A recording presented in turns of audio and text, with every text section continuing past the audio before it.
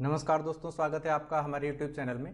सिद्ध साहित्य पे हम पहले ही चर्चा कर रहे थे, रीति सिद्ध शाखा पे हम पहले ही चर्चा कर रहे थे। कुछ बिंदु हमने आप सभी को उपलब्ध कराए। बिहारी जैसे महत्वपूर्ण साहित्यकार के बारे में एक वीडियो में तो जो विश्लेषण करना है वो तो कम पड़ जाता है। हम इसमें बात करेंगे, यहाँ पर हम तथ्य पे चर्चा करेंगे।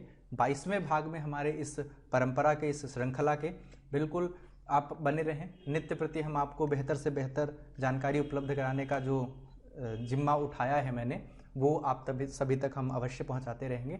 बने रहे हमारे चैनल गुरुचेला एकेडमी में। प्रारंभ करते हैं आज बिना कोई समय गंवाए हुए। जब बिहारी बाह्य सत्ता से असंप्रक्त अर्थ की चातुरी प्रकट करते हैं तभी असफल हो जाते हैं। तो बिल्कुल ठीक उत्तर हो जाएगा सी ऑप्शन। हजारी प्रसाद द्विवेदी जी के द्वारा कहा गया कि जब बाह्य सत्ता से वो असंप्रक्त अर्थ की चातुरी प्रकट करते हैं तभी असफल हो जाते हैं। बिल्कुल ठीक उत्तर होगा सी ऑप्शन, हजारी प्रसाद द्विवेदी चयन करना है। भले बुरे सब एक सम, जोलो बोलत नाही, जान परत है काग पिक, ऋतु बसंत के माही।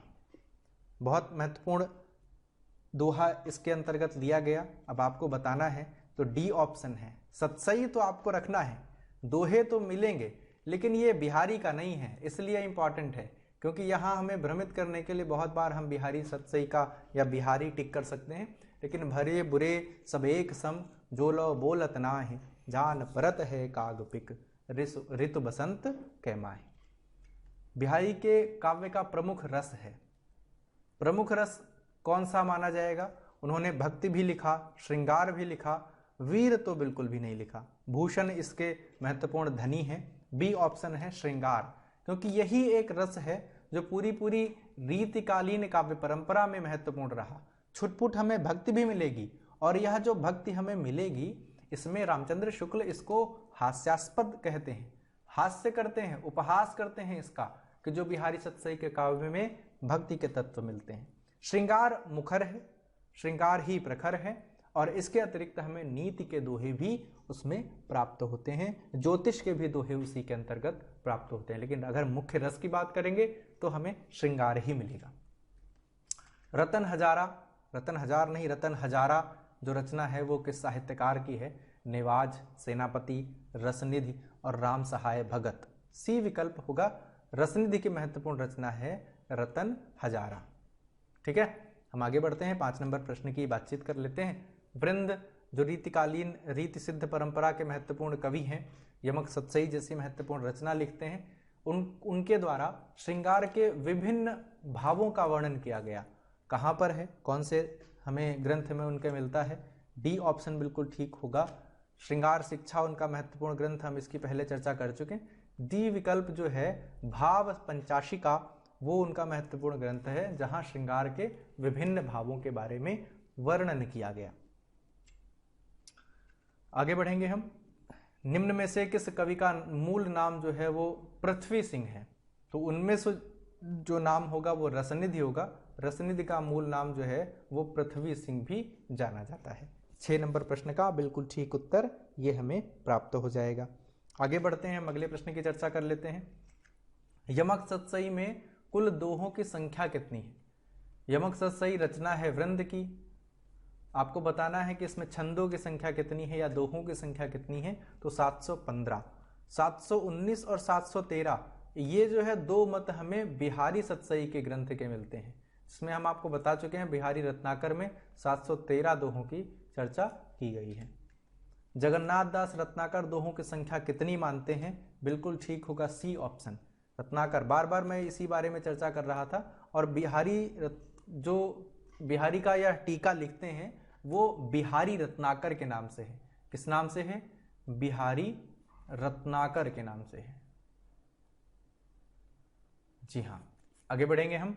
आधुनिक काल की महत्वपूर्ण रचना है।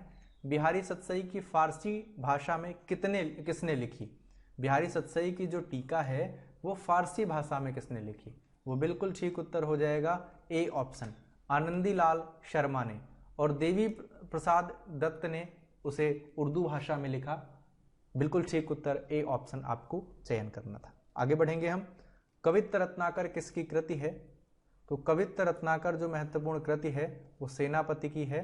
बिल्कुल ठीक उत्तर बी ऑप्शन होगा। इनके द्वारा महत्वपूर्ण जो राम काव्य परंपरा है उस पर भी वर्णन किए गए, राम भक्ति का भी इसमें उनके ग्रंथों में हमें तत्व प्राप्त होते हैं।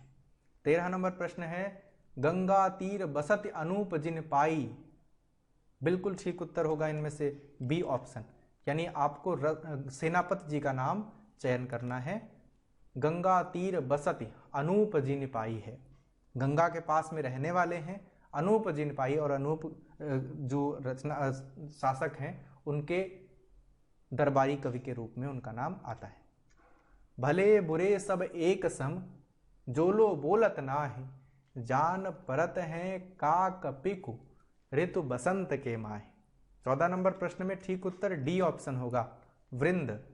यहां पर हम एक भ्रम उत्पन्न कर सकते हैं कि ऋतु बसंत, ऋतुओं का वर्णन या प्रकृति का वर्णन जो किया गया वो सेनापति के द्वारा किया गया। रीतिकाल में इकलौता ऐसा कवि है जो प्रकृति का वर्णन करता है, प्रकृति चित्रण करता है, लेकिन ये दोहा जो है ये वृंद का है। 715 दोहों की उन्होंने यमकसद सही लिखी। बिहारी हिंदी का चौथा रत्न है, ठीक है, बिहारी हिंदी का चौथा रत्न है। ये कथन कौन कहता है? जो बिल्कुल ठीक बिंदु होगा डी ऑप्शन होगा लाला भगवान दीन। और लाला भगवान दीन बिहारी और देव नाम से तुलनात्मक आलोचना करते हैं। आगे बढ़ेंगे हम।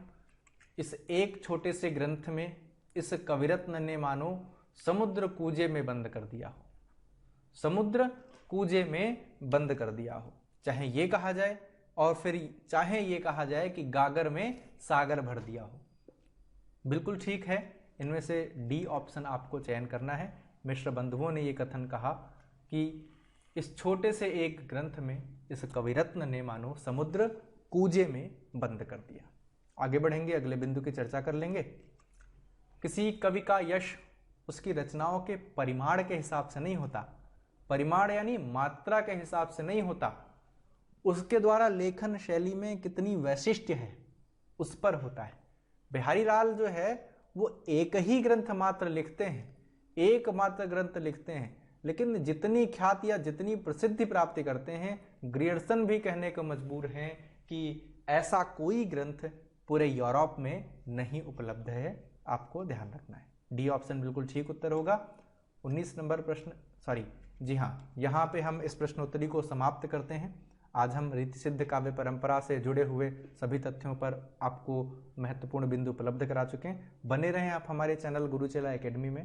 नए बैचेस ज्वाइन करने के लिए आप सभी का स्वागत है।